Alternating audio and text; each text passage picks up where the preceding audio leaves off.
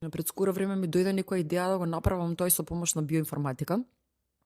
Многу интересно како го споев и вчера ти го баш објаснував тоа дека во Центарот за биоинформатика, мислам дека сите знаат на средноводно, значи работам доста, една многу добра екипа сме на различни профили, информатичари, фармацевти, доктори, лекари, во суштина.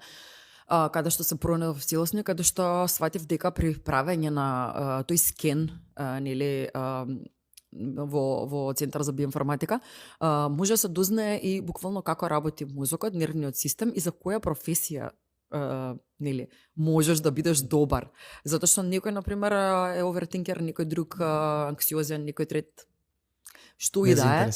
Да, ама тоа никогаш на пример може да помогне овертинкер во аналитика, на пример во финансова аналитика или во некаква друга аналитика.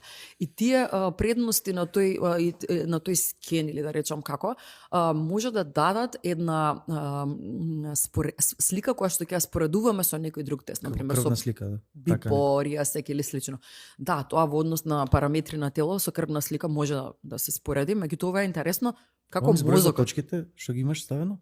Плочките што ги имам ставено, да. На рацете. Меѓутоа знаеш како, кога се работи со пациенти, еве јас на пример секогаш ставам све на мене, да не покажувам дека ги имам биосензорите ставено на мене, ама имам ставено wellness за регенерација на кожа, за регенерација на клетките и каде што да речеме преку клетките ќе се види со нивните теломери или слично како се однесуваат, за да може да научно ние пофатиме, бидејќи издаваме научни студии во Центарот за биоинформатика, да се види како всушност ние дали се регенерираат клетките, како сензорот делувал.